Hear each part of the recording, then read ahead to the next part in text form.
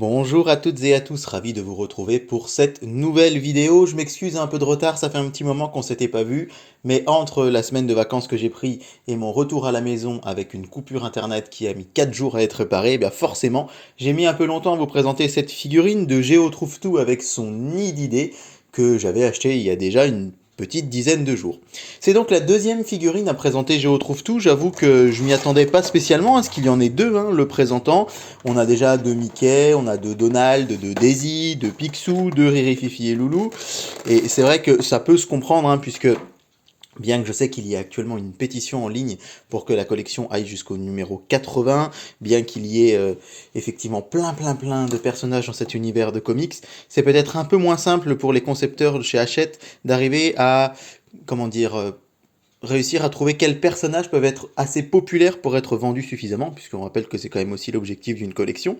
Et donc il est vrai que je m'attendais pas forcément à voir deux figurines de Géo Trouve Tout, qui est un personnage que j'apprécie beaucoup et qui a bercé mon enfance, mais finalement c'est plutôt une bonne surprise parce qu'elle est très jolie, et c'est donc Géo Trouve Tout avec son nid d'idées. Qu'est-ce que le nid d'idées? Eh bien c'est un nid que Géo va se placer sur la tête, dans lequel il y a trois oiseaux, qui sont des oiseaux d'une race évidemment imaginaire, qu'on appelle les du bruit qu'ils font quand ils réfléchissent. Et quand Géo Trouve Tout se met ce chapeau sur la tête en forme de cheminée, pour que les oiseaux soient bien et pour que ça lui sied bien à la tête, et bien quand il se met ce chapeau sur la tête, et bien les oiseaux réfléchissent pour lui donnent des idées lumineuses, et grâce à ces idées lumineuses, il peut enfin trouver l'invention qui convient. Alors cette invention, elle est créée en 1965 pour la première fois, on voit les toutes premières images du nid d'idées, lorsque Géo Trouve Tout va se trouver projeté au Moyen-Âge et qu'il va se rendre compte qu'il n'a que des solutions contemporaines des années 60 pour régler les problèmes des moyenâgeux et que ça ne fonctionne pas. Il va donc inventer ce nid d'idées qu'il va se mettre sur la tête et grâce à ce nid d'idées, en fait, il va réussir à trouver les solutions pour, on va dire, aider ces personnes au Moyen-Âge. Et donc ce nid d'idées, il va très vite devenir une invention récurrente dans les aventures de Géo Trouve Tout, puisqu'il va se le mettre régulièrement sur la tête, il dira même à un moment que sans son nid d'idées, il n'est rien.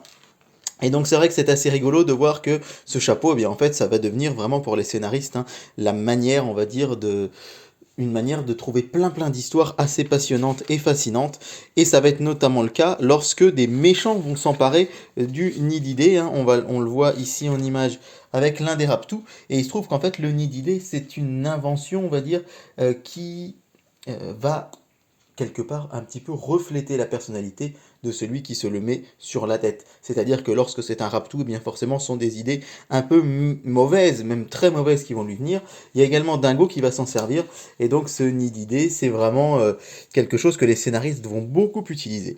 La figurine, elle est très jolie puisqu'on voit bien ces trois petits oiseaux sur la tête, qui sont en fait quelque part le reflet de l'humeur de Géo. C'est-à-dire que lorsque Géo Trouve Tout n'a pas le moral, les trois petits oiseaux sur sa tête vont être complètement à court d'idées.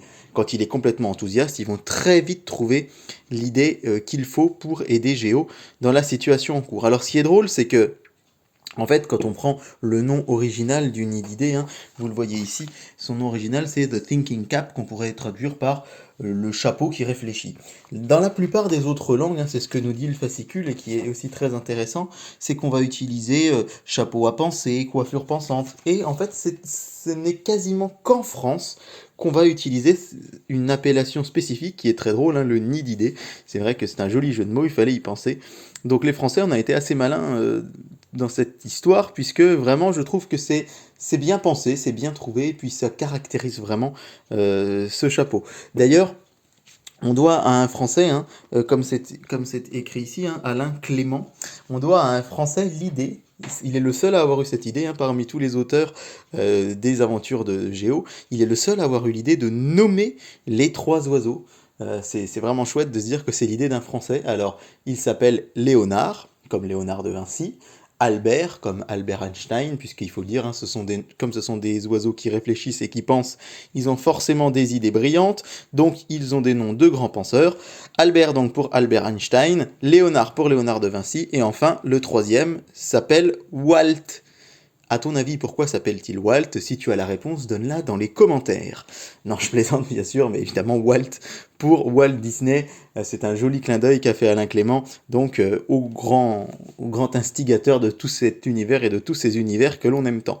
C'était donc ce numéro 37, hein, le deuxième avec Géo. Je vous ai ramené la toute première figurine de Géo qu'on avait eue, je sais plus, entre le numéro 10 et 15, je dirais. Ça, vous les avez tous les deux ici, vous pouvez un petit peu comparer, hein. C'est chouette d'avoir Géo deux fois. C'est vrai qu'au début, je me disais que c'était peut-être pas forcément très utile. Et puis en fait, elle est vraiment très très jolie. Les petits oiseaux sont vraiment bien faits. C'est une figurine très rigolote. Et c'est vrai que à la limite, elle est presque même plus sympathique et plus caractéristique que la première.